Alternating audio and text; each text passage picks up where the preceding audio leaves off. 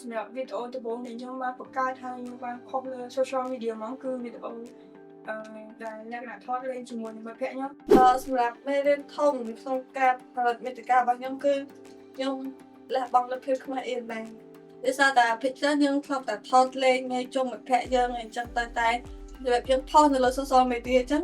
មានគេអ្នកផ្សេងឃើញច្រើនមានតែអ្នកស្គាល់អ្នកគេអត់ស្គាល់អញ្ចឹងតែយើងនៅតែមានអារម្មណ៍មួយថាភ័យផងអៀនផងវាព្រោះអីវាជាលើកដំបូងរបស់យើងអញ្ចឹងណាសូមជម្រាបសួរទស្សនិកជនទាំងអស់គ្នាស្វាគមន៍មកកាន់ Podcast Design អេពីសូតទី3ដូចសពម្ដងចឹងរហូតយើងតែមានដៃគូជជែកគ្នាអំពីការ design អញ្ចឹងកុំឲ្យខាត់ពេលយូរមកជួបជាមួយគាត់ទាំងអស់គ្នាសួរបងទៅជារឿងអស់គ្នាតើបងមានអារម្មណ៍យ៉ាងណាដែរចំពោះពីអេពីសូតទាំងមកនេះសម្រាប់ខ្ញុំមានអារម្មណ៍ថាសប្បាយចិត្តហើយយើងបាន improve កន្លែងយើងច្រើនក្នុងការនិយាយពីតទៅនឹងការ design នេះក៏អីផ្សេងៗបងពិសោធន៍អីផ្សេងៗបានចែករំលែកទៅកាន់អ្នកទាំងអស់គ្នាគឺមានអារម្មណ៍សប្បាយចិត្តចាអូខេបងអញ្ចឹងឥឡូវក៏បាននិយាយពីអារម្មណ៍របស់គាត់ដែរសម្រាប់ពីអេពីសូតកន្លងមកនេះឥឡូវយើងឈានចូលដល់សំណួររបស់យើងមកហើយសំណួរទី1បងធ្លាប់បង្កើតមាតិកាអីធ្លាប់អូចុះវីដេអូដំបូងដែលបងបានធ្លាប់បង្កើតហ្នឹងនិយាយពីគេទៅសម្រាប់វីដេអូដំបូងដែលខ្ញុំបានបង្កើតហើយខ្ញុំបានផុសលើ social media ហ្មងគឺវីដេអូដែលលក្ខណៈថតលេងជាមួយនឹងមិត្តភក្តិខ្ញុំមិនមែនលេងហ្មងតែវាលក្ខណៈជាផ្លូវការដែរដែលយើងបានថតធ្វើការសុំជំនួយទៅកាន់ជំនួយជួយដល់វីដេអូកុងតបរបស់យើងកាលដែលយើងមានសង្គ្រាមជាមួយថៃកាលឡើងនោះបងហ្នឹងគឺជាវីដេអូដំបូងរបស់ពួកខ្ញុំដែលបានផុសចូលក្នុងsocial media ហើយសម្រាប់បងវិញតើបងធ្លាប់ថត content មាតិកាអីអត់បងខ្ញុំធ្លាប់ហើយអាចនិយាយពីវីដេអូបងសម្រាប់វីដេអូដែលខ្ញុំថតដំបូងគឺជារបៀបខ្ញុំថតជាក្រុមនៅកន្លែងណាគឺនៅកន្លែងខ្ញុំធ្វើការរបៀបយើងថតជាវីដេអូ funny វីដេអូខ្លីៗអញ្ចឹងណានឹងគឺជាវីដេអូដែលខ្ញុំធ្លាប់ថតយ៉ាងហ្នឹងអញ្ចឹងឈានចូលដល់សំណួរបន្ទាប់តើពេលដែលបងបានផុសនៅមាតិកាដែលបងបានបង្កើតហើយបងផុសលើដំបូងបងមានអារម្មណ៍ភ័យពេលហ្នឹងមានអារម្មណ៍ថាភ័យហើយវាជា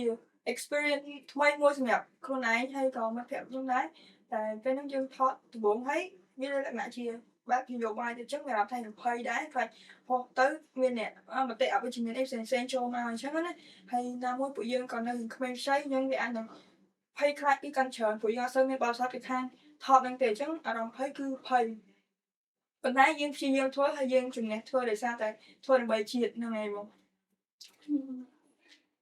ហើយចុះសម្រាប់បងវិញតើបងភ័យអត់ពេលដែលបងធ្វើវីដេអូដំបូងឡើយសម្រាប់ខ្ញុំមានអារម្មណ៍ថាភ័យតែអីដែលសំខាន់អាគូផ្សំជាមួយនឹងភ័យហ្នឹងគឺភាពអៀនរបស់យើងមកដោយសារតែភាគច្រើនយើងធ្លាប់តែថតលេងនៅជុំមិត្តភក្តិយើងអញ្ចឹងតែនៅពេលដែលយើងថតនឹងហ្នឹងទៅគឺយើងរបៀបយើងផុសនៅលើ social media អញ្ចឹងមានគេអ្នកផ្សេងឃើញច្រើនមានតែអ្នកស្គាល់អ្នកគេអត់ស្គាល់អញ្ចឹងតែយើងនៅតែមានអារម្មណ៍មួយថាភ័យផងអៀនផងវាព្រោះអីវាជាលើកដំបូងរបស់យើងអញ្ចឹងណាបងធ្លាប់ប្រាប់ថាបងធ្លាប់ផលិតមាតិកាណាចឹងត្រូវអញ្ចឹងនៅពេលដែលបងបានបង្ហោះនៅមាតិកាដែលបងបានផលិតហ្នឹងបងដែលទទួលបាននៅពាក្យអវិជ្ជមានពីអីដែរអត់បងសម្រាប់ comment អវិជ្ជមាននេះក៏ពាក្យអវិជ្ជមានដែលខ្ញុំផុសដំបូងហ្នឹងគឺដូចជាអត់មានទទួលបានទេនិយាយខុសពីមើលសម្រាប់វីដេអូដំបូងដែលខ្ញុំបានផុសនៅលើ social media ហ្នឹងគឺដូចជាអត់មាន comment អវិជ្ជមានទេគឺមានតែពួកគាត់ទៅសារពួកអីកាលយើងផុសដំបូងគឺវាមិន viral ទេដោយសារតែយើងជាមាតិកាក្មេងខ្ចីអញ្ចឹងទៅ comment យើងវីដេអូហ្នឹងវាអត់សូវ viral អញ្ចឹងប្រកាសជាអត់សូវមាន comment ឬក៏អ្នកទស្សនាច្រើនទេប៉ុន្តែគឺអត់ទទួល comment អវិជ្ជមានទេមានតែការខកសរសើរឲ្យយើងខំប្រឹងធ្វើ content អញ្ចឹងតទៀតហ្នឹងហើយបងចុះសម្រាប់បងដែលទទួលបាន comment អវិជ្ជមានណាពេលដែលបងផុសវីដេអូនៅលើ social media អញ្ចឹងសម្រាប់ខ្ញុំដូចគ្នាគឺអត់មានទេដោយសារតែវីដេអូរបស់យើងភាគច្រើនជាវីដេអូបែប funny អញ្ចឹងទៅតែខ្លះគាត់នៅគេមើលគេចុះ comment អីបែបលេងសើចអីធម្មតាតែបើយើងនិយាយថាជា comment អវិជ្ជមានអីដូចជាអត់មានទេគឺបែប comment បែបធម្មតាអញ្ចឹងចូលសំណួរបន្ទាប់តើ platform មួយណា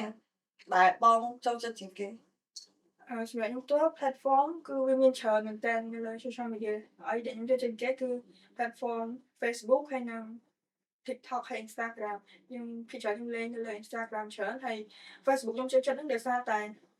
នៅស្រុកខ្មែរហ្នឹងគឺគេពេញនិយមលេង Facebook ច្រើនអញ្ចឹងពេលដែលយើងចង់បង្កើតមាតិកាឬក៏ផុសអីមួយគឺយើងអាចផុសនៅលើ Facebook មុនគេដើម្បីទទួលបាន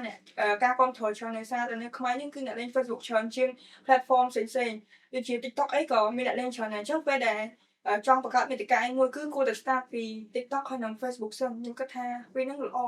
វាជួយឲ្យ content យើងវា viral ហើយបានអ្នកមើលកាន់តែច្រើនហើយស្គាល់យើងកាន់តែច្រើនបើមិនយើង start នៅ content យើងនៅលើ platform ផ្សេងគឺប្រកាសអត់សូវមានអ្នកមើលទេដូច Instagram ជាដើមនៅស្រុកខ្មែរយើងគេអត់សូវ focus លើ Instagram ទេគេលេងបែបជាលក្ខណៈ private របស់គេជា personal life របស់គេអញ្ចឹងគឺពេលយើងចង់ធ្វើ content លើនេះគឺវារៀងពិបាកក្នុងការឲ្យវីដេអូយើង viral បន្តិចអញ្ចឹងវាអាចជាហេតុផលដែលខ្ញុំឆ្លាញ់នៅចូលចិត្តនៅ platform Facebook ហើយនិង TikTok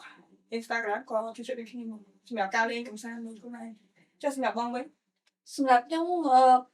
ដូចគ្នាគឺតែភាគច្រើនខ្ញុំចូលចិត្តតែពីរទេគឺ Facebook ជាមួយនឹង TikTok ដោយសារតែពេលណាដែលខ្ញុំចូលចិត្តអីដែលរបៀបអីដែលប្លែកៗបែបកម្សាន្តអីផងទៅយើងពិសេសគឺយើងចូលចិត្តមើល TikTok ដោយសារនៅក្នុង TikTok វាមានតែជនបរទេសផ្សេងច្រើនប្រទេសខ្លាំងតែទៅពេលថាយើងចង់មើលអីដែលថ្មីៗចឹងយើងអាច search យើងអាចមើលអីនៅក្នុងនឹងបានច្រើនជាពិសេសរបៀបដូចវីដេអូបែប funny វីដេអូអីអញ្ចឹងទៅសម្រាប់សំណួរចុងក្រោយនៃអេពីសូតហ្នឹងតែចង់សួរបងថាតើអ្វីជាមេរៀនធំបំផុតអំពីការចាប់ផ្ដើមនៃការដែលបងផលិតមាតិកា មេរៀនធំបំផុតដែលខ្ញុំបានរៀនពីការដែលចាប់ផ្ដើមធ្វើ content ហ្នឹងគឺដំបូងឡើយគឺការធ្វើឲ្យខ្លួនឯងមានភាពជឿជាក់ជាងមុនហ៊ាននិយាយទល់មុខជាមួយនឹងកាមេរ៉ាជាមួយនឹងដៃគូជាមួយនឹងទស្សនិកជនឬក៏អ្នកផ្សេងៗទៀតដែលគាត់បានមើលវីដេអូហ្នឹងជាលក្ខណៈសាធារណៈជា public ហើយយើងបានយើងកុំឲ្យខ្លួនឯងមានអារម្មណ៍ថាអៀនខ្មាស់ជាងមុនអញ្ចឹងទៅយើងនិយាយទៅហើយមួយទៀតគឺនៅស្រុកខ្មែរយើងខ្ញុំយល់ដឹងពី digital កាន់តែច្រើនពេលណាយើងធ្វើ content ផុសលើ social media យើងយល់ពី content យល់ពី digital ច្រើនហើយដោយសារតែនៅប្រទេសយើងសម្បូរ content creator ដែរអញ្ចឹងខ្ញុំអាចនឹងយល់ដឹងពីអាហ្នឹងបន្ថែមទៀតបើសិនជាថ្ងៃក្រោយខ្ញុំចង់ធ្វើជា content creator គឺងាយស្រួលមែនតើព្រោះខ្ញុំ start ពីឥឡូវទៅហើយដល់ពេលក្រោយៗទៀតគឺខ្ញុំរៀនសូត្របន្ថែមទៅគឺខ្ញុំអាចធ្វើជា content creator បានហ្នឹងជាមេរៀនដែលខ្ញុំបានរៀនពីការចាប់ផ្ដើមមាតិកាបងចុះសម្រាប់បងវិញសម្រាប់មេរៀនធំនៅក្នុងការផលិតមាតិការបស់ខ្ញុំគឺខ្ញុំលះបង់នូវភាពខ្មាស់អៀនបានព្រោះខ្ញុំជាមនុស្សដែលអៀនច្រើនចឹងទៅនៅពេលដែលយើងផលិតនៅពេលដែលយើងបង្កើតមាតិកាមួយទៅយើងត្រូវតែផុសនៅក្នុង social media ច្រើនអញ្ចឹងទៅគឺយើងជួយកាត់បន្ថយភាពខ្មាស់អៀនរបស់ខ្លួនឯងចឹងអេពីសូតទី3របស់យើងក៏ឈានចូលមកដល់ទីបញ្ចប់ដែរសូមអរគុណទស្សនិកជនទាំងអស់គ្នាហើយយើងនឹងជួបគ្នានៅ អេពីសូត